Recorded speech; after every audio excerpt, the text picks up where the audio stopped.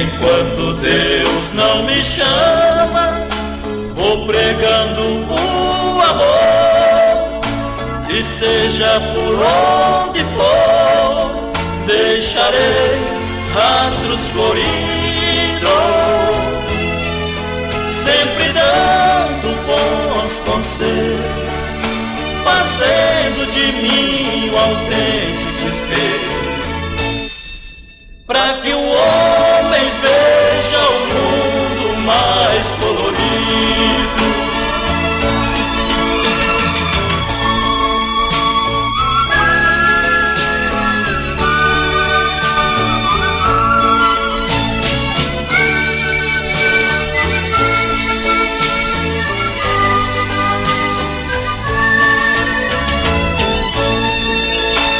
Aqui na floresta de pedra ou nos campos verdejantes, de candura fulgurante, meu mundo é natural.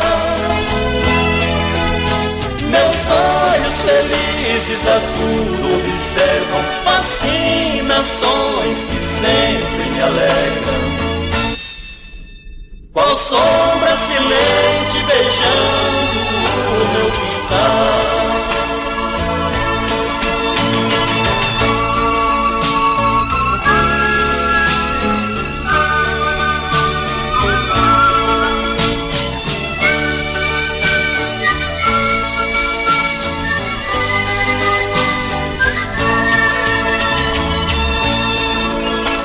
Revoando os beija-flores com as penas reluzentes, cintilando ao sol ardente, conquistando ao amanhecer,